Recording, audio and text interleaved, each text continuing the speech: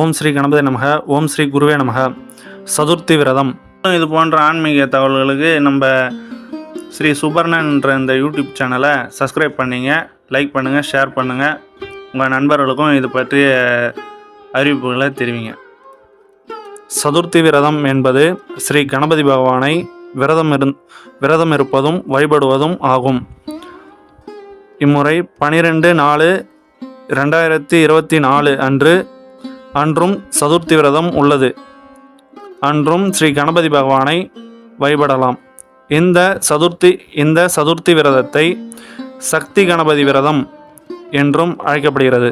வளர்பிறையில் வரும் சதுர்த்தி விரதத்தை கடைபிடிப்பதும் மிகுந்த சிறப்பான நல்ல பலன்களை தரும். உடல் நலம் இருக்கிறது என்கிறவர்கள் மட்டும் விரதம் இருந்தால் போதும்.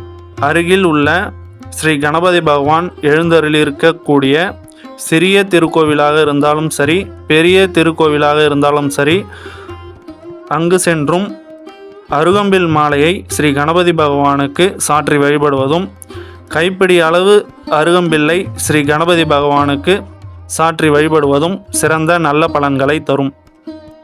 சுத்தமான பசுநெய் தீபங்கள் ஏற்றி வழிபடுவதும் சிறந்த நல்ல பலன்களை தரும்.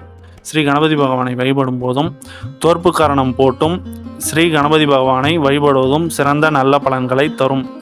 ஸ்ரீ கணபதி பகவானை வீட்டில் இருந்தும் வழிபடலாம். நைவேத்தியமாக சுத்தமான பசும்பால் சுத்தமான நீரில் வெல்லம் கலந்தும் பானகமாகவும் செய்தும் வழிபடலாம். சிறப்பான நல்ல பலன்களை தரும். ஸ்ரீ கணபதி பகவானை வழிபடும் போதும் ஸ்ரீ விநாயகர் அகவல், ஸ்ரீ விநாயகர் போற்றிகள் படிப்பதும் கேட்பதும் பார்ப்பதும் சிறப்பான நல்ல பலன்களை தரும். மேலும் இது போன்ற ஆன்மீக தகவல்களுக்கு நம்ம ஸ்ரீ சுபர்ணன்ற இந்த யூடியூப் சேனலை சப்ஸ்கிரைப் பண்ணிங்க, லைக் பண்ணுங்கள், ஷேர் பண்ணுங்கள். உங்கள் நண்பர்களுக்கும் இது பற்றிய அறிவிப்புகளை தெரிவிங்க. நன்றிகள், வணக்கம்.